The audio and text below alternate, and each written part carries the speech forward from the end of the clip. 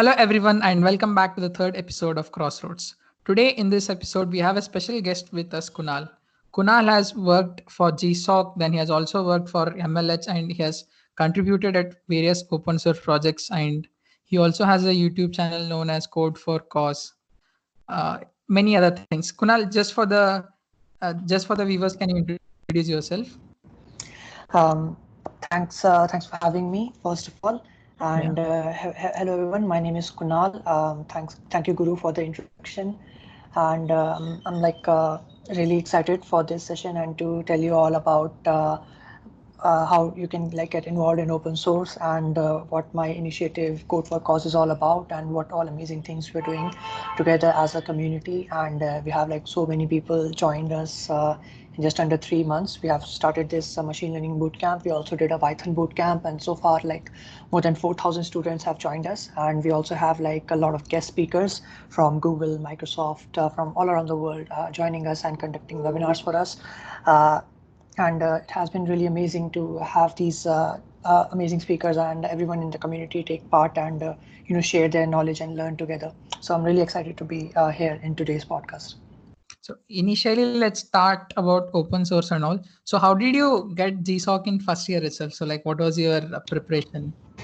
That's a funny answer to that. When I applied to Google Summer of Code, I didn't apply with the motivation of getting selected, because I was in my first year and I was like, okay, first year, it's not going to happen in first year because you need a lot of, because when I was a fresher, there were a lot of misconceptions because I was also a beginner in this field.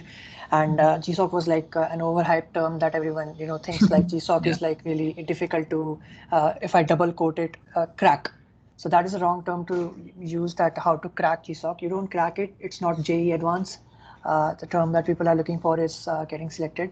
So that is how I applied. I was like, I'm going to apply this year because I had a few contributions, and I was like, I'm going to apply this year. If I don't get selected, that's okay. I don't mind that, but I'll still keep contributing this year, and hopefully when I apply, when I'm in my second year, I would get selected, because then the organization would know me. They would be okay, this person came last year, he didn't get selected, but he still started contributing regularly. So I just applied because I thought that next year my chances would increase of getting selected, but I was selected that year only. So that's how that happens. And in my second year now, I'm currently in my second year GSoC mentor with the same organization, which is Red Hat Middleware, JBoss. So how did you actually start your open source contribution? When did you start? In your first year of college? Yeah, in my first year itself, there are two aspects to starting in open source projects. There's a top-down approach and a bottom-up approach. The top-down approach can be first you learn the skills, and then you select the organization according to the skills that you have learned, which is something that I followed. So I knew Java, and I was looking at organizations that use Java in their project, and that's when I found JBoss. There was a Kubernetes client for Java, and I started interacting with the community. They told me, okay, you can start here, you can do this, you can learn this.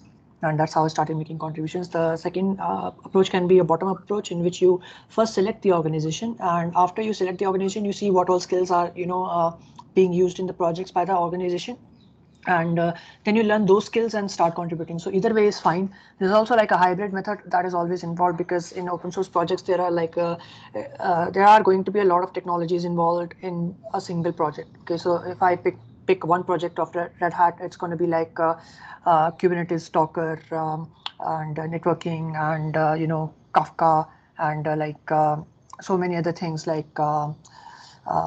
Java and Spring, and all these things are being used at one place. So there's always a learning curve involved. It's not if you pick an open source projects, and even if you know 30% of the skills that have been mentioned in the project, you can totally apply and start contributing to it, because the learning curve is also a good thing, because there's an opportunity for that. There's an opportunity that you will get to learn new things, rather than if you just pick a project where you're not growing yourself, you're not growing your skill set, and and not learning anything new. I would not suggest that. I would suggest pick a difficult project that would help you enhance your software development skills. Okay, that's nice. So were you well versed with all computer science topics well before your engineering itself? No, not really. I just knew I had C++ in high school, so not much, no serious coding before college. No. Okay, so you started everything from your first year, and by the end of second year, you've done so much. That's nice. Yeah. So, can you also tell us about the MLH fellowship? Like, how did you get selected for that? What was the procedure that you went through for applying and all of that? So MLH Fellowship is a program like all the other like programs of promoting open source culture among university students. So it was basically for you know that during the COVID-19 situation, many internships got cancelled and many people even like didn't get to apply and the hiring froze and everything happened. So that's when MLH came up with this fellowship thing that the response was really overwhelming. Around 20,000 students applied and like 144 around the world were selected, and the projects are also like very really good like. The thing that is different with MLH Fellowship compared to other open source programs is that here people are like students are contributing as a pod together in a pod.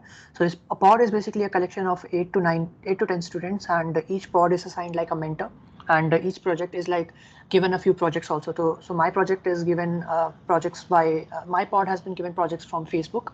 So we are people in my pod, including me, are contributing to open source projects by Facebook. There are some pretty famous ones that we are contributing to, like React, React Native, Jest, etc. So Hermes and all these things. So the selection process was quite simple. The first one was getting your application shortlisted.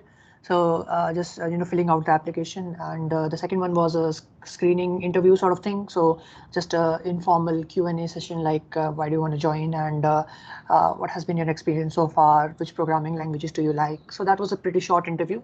And after that, there was a technical interview in which you had to like submit a code sample, and the interviewer would like go through the code sample and you will explain them that code sample. So I submitted my GSoC work, and that's after that there was just an email that you have been selected, and that's how it is. It's just like 6 weeks left for the fellowship. So after August, they're going to start it again. So you can everyone just keep an eye out on the website and fill the forms when they come out as soon as possible, because the hiring it takes place the selection process takes place on rolling basis. So as early as you apply, that's going to be beneficial for you. Okay, that's nice. So one thing I would like to ask is, in just 2 years, you have done a lot of stuff. Like if you look at your resume, there are so many keywords, so many new technologies and all.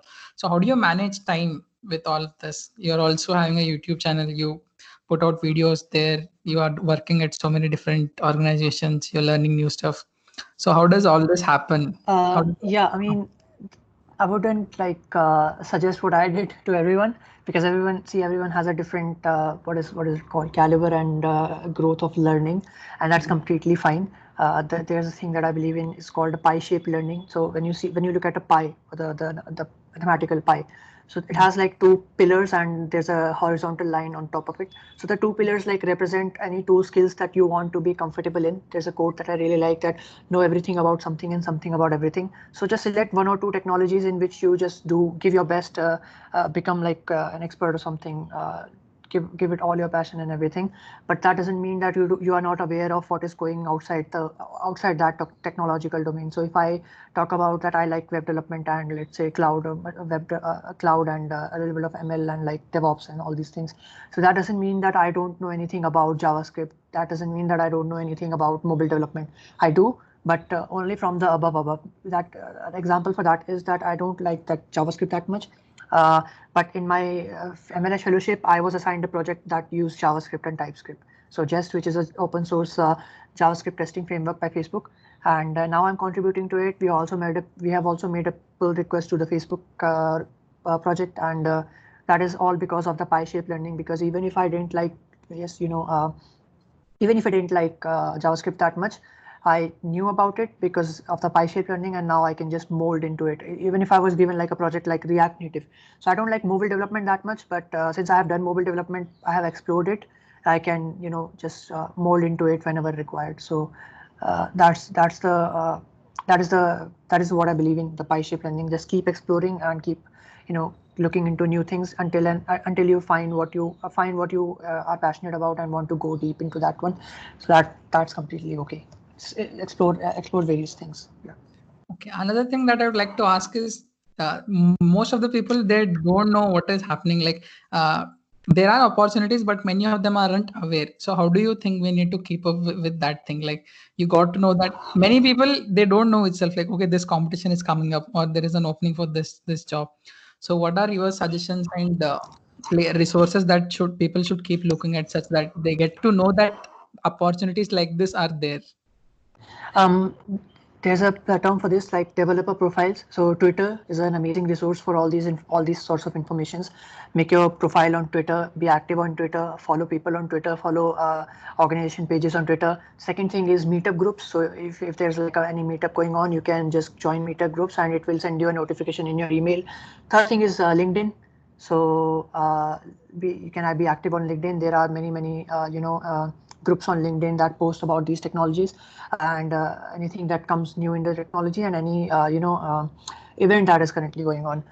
Fourth thing is open source. If you are like involved in open source, you would find yourself like because there are mailing lists in open source organizations, and when you join the mailing list, if there's like any event related to that, you will get a notification for that. So as long as you don't like as long as you do as long as you are like active in the community, because if you're not active in the community, you won't be aware of what are the possibilities and what are the events that are what is currently like happening in the community. That's pretty self-explanatory that you need to be active in the community to know what's going on in the community. So that's my help. That's my advice. And be active on Twitter. Twitter is like the best platform. I love Twitter more than anything. My favorite social media platform is Twitter, and all the information is available on Twitter. Everything that I applied for MLH fellowship, etc. Everything I found out about on Twitter only. So yeah, Twitter is what I would say that you can be active on Twitter. Yeah. I just wanted to ask, what is the difference between being a mentor and like Google Summer of Code? Last year you participated as a student, and now this year you are a mentor. So what is the work difference? Like, what is the student Actually, and the thing is that during the COVID situation, since everyone has like has been impacted with this, right? So it was suggested like each project should have like a sufficient amount of mentors, and 2 to 3 were required. And the main difference is basically just it's not like it's not like it's not a responsibility. It is a big responsibility. And helping the student, basically the tasks are like helping the students when they get stuck, performing the evaluations for students, and helping them with any doubts they have, any blockers they are facing. You can also conduct like regular stand-ups, weekly stand-ups. My mentors used to do that when I was a GSoC student. So each week we were like we did a stand-up, and we told about what blockers we were facing and what progress we have made.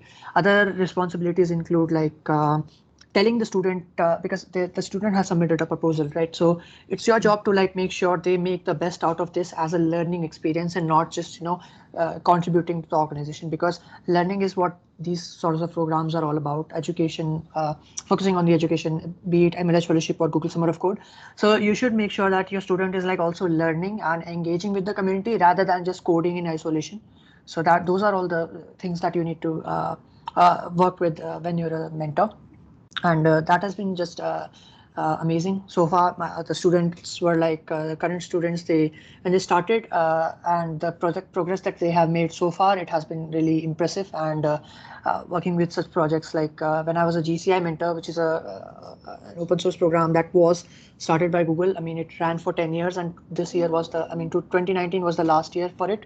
And there I also created some tasks, like there were like a few difficult tasks related to Kubernetes and all these things. But I was really happy to see that students, high school students, like 14 to 15 years of age, were able to solve those tasks, and I had to create more tasks. So that was good that you're telling students what to do, how to do, and they're like learning and growing. And you're also growing, because mentoring is also a learning opportunity for the mentor as well, and for the student as well. So yeah. so like GSoC is a totally virtual event, right? You don't meet face-to-face people and all that. It's just No, all no, it's virtual. It's totally virtual. Yeah. So like how are you managing time during that period? Like how many hours do you put in every day? And like it might be like, I think people are from all over the world. So how do you sync for a particular correct time and all that? There's a particular, there's like, they're like it totally depends on the team. Okay, so the team discusses, because in MLH fellowship also we have people around the world, but we have managed a time which is like beneficial for everyone.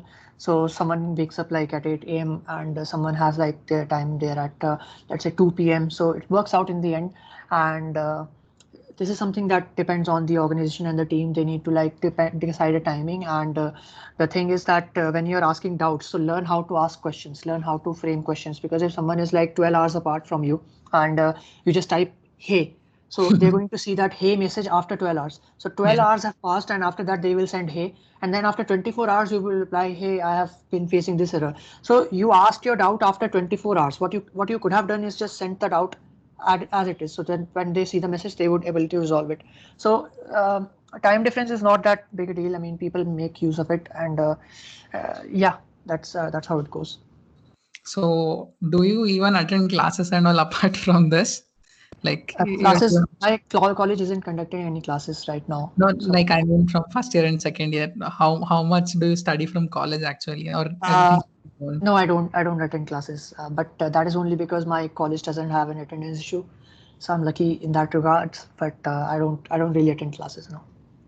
So Because you are the main reason is that my college is really far away, so 1.5 hours each way, so that's 3 hours of traveling every day, and talking the buffer time, it's like 4 hours of traveling every day, so I don't attend college now.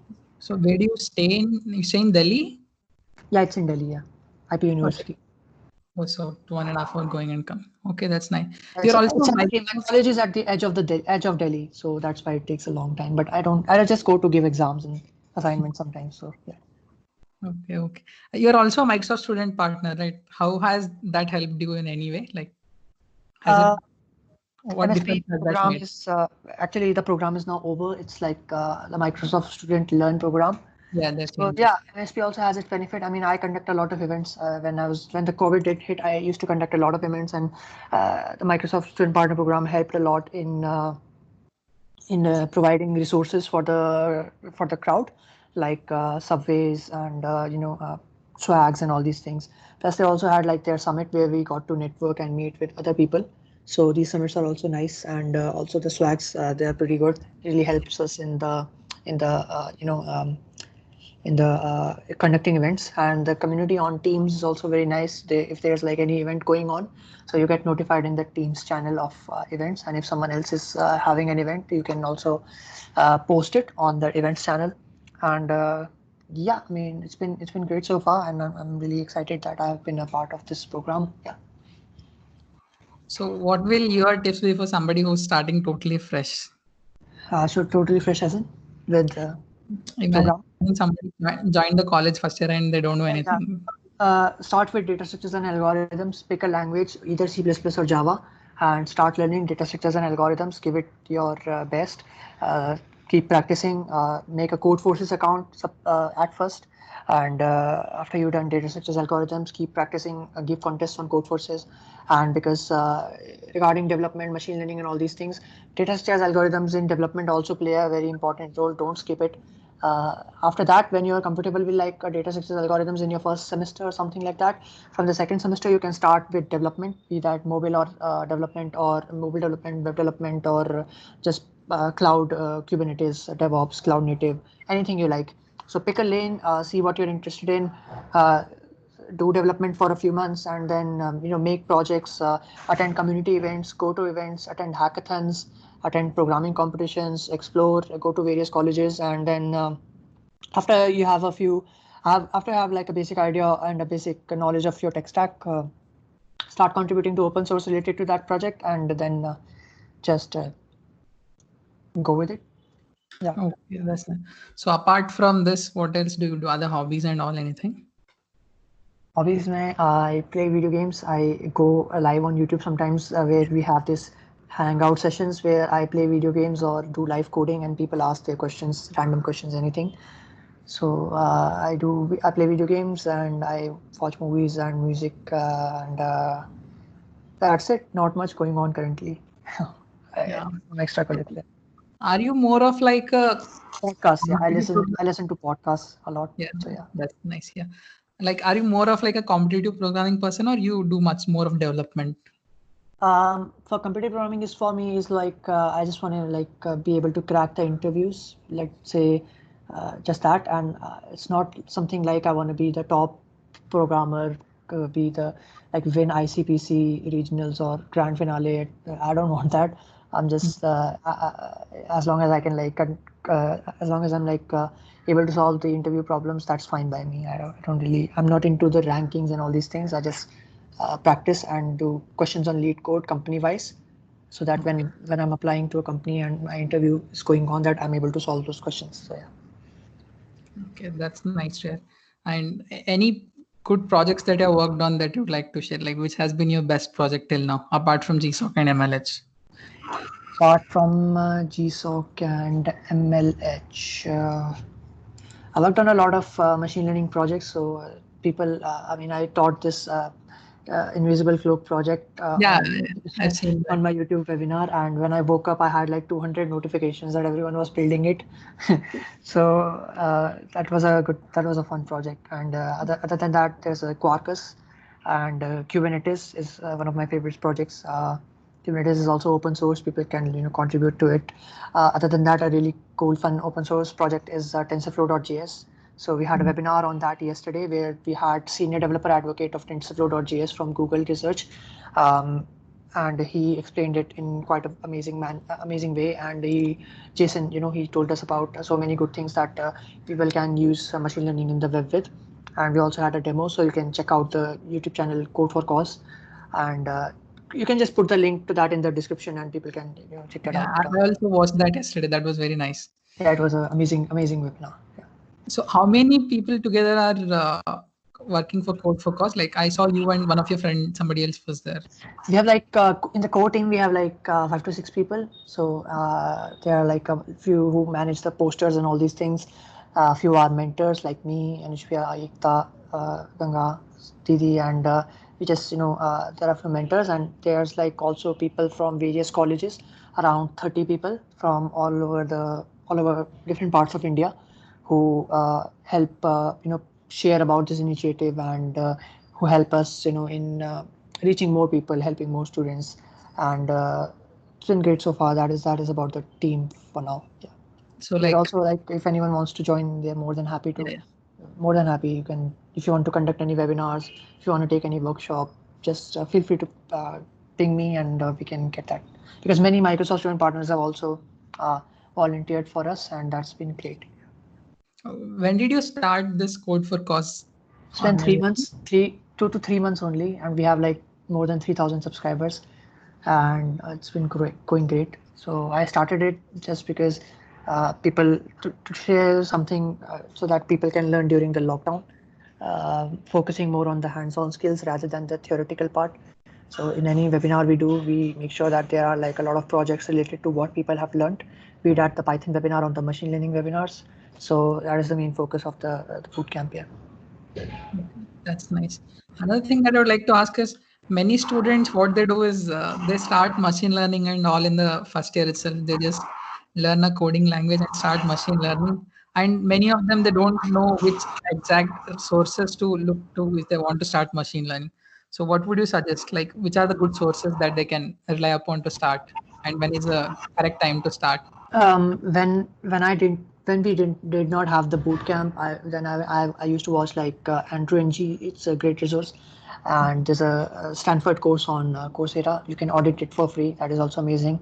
If you want to dive deep into it, then there are a few courses by MIT Open Courseware. But what I would suggest you is don't skip the fundamentals that are data such as algorithms, and your linear algebra, statistics, probability, all these things when it comes to ML. So before diving deep into the topics, you can just don't forget to like go into the basics of it if you want to have a career in machine learning or data science. But if you don't want to have like a career in ML or data science, if you just want to use machine learning in your web development applications, then it's not necessary to know the internal details of it. You can just use the pre-built models provided by TensorFlow.js and other libraries. So that is what I would recommend. And if a beginner is looking to get started, then the bootcamp is amazing. All the videos are recorded, and there are like many projects also. So we are covering like all the important topics in machine learning, all the algorithms, projects, etc., etc. So feel free to check that bootcamp out. It's free, and I'll get to learn a lot. Yeah. Okay, that's Talking from nice. a beginner's point of view, if you're a beginner, you know nothing about machine learning, then the bootcamp of Code for Cause is really good. Yeah. Okay, that's nice. So, which company or which organization would you like to work for in future? Like you are in second, if you'll finish second year right now, right? Maybe third year internship. Third now. Third now. You'll Mm. third year internship will be there. Then final year. So, Google, Microsoft. Which one would you prefer? I mean, working on something that people use, because products of Google are being used by everyone. Microsoft's products are used by everyone. So working for such company where actually the value is of the amount, the what work you do, rather than all the nitpicks that doesn't really matter that much.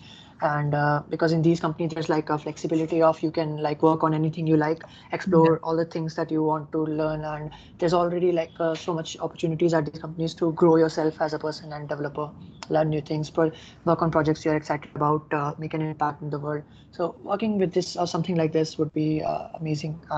Having a purpose, that the code that I'm writing is being used by people around the world. That if someone is using a product and I'm like, hey, you use that feature, I made that feature.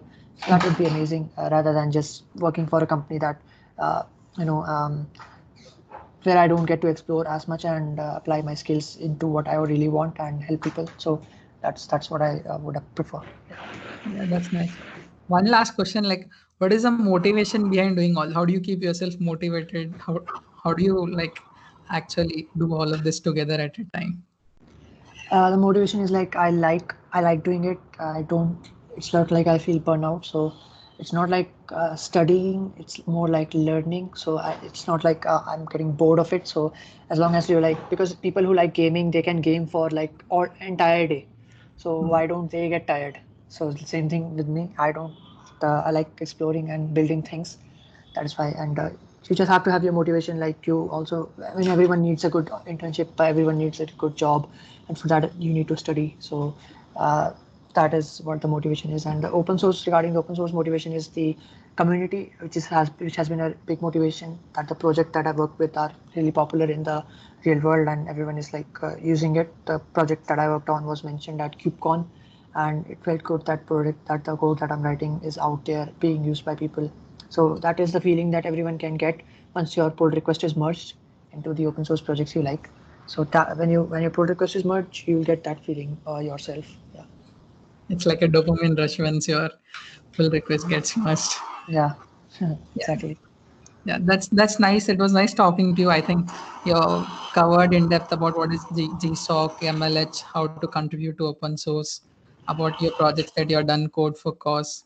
Yeah, thank you for coming onto the show.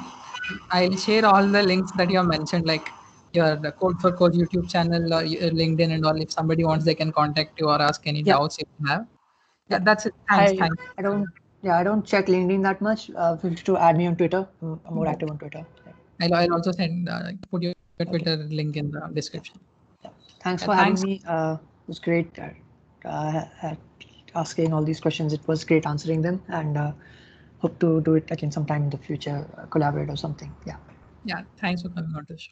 Yeah. Thank you so much for having me. Take Yeah. care. Bye bye.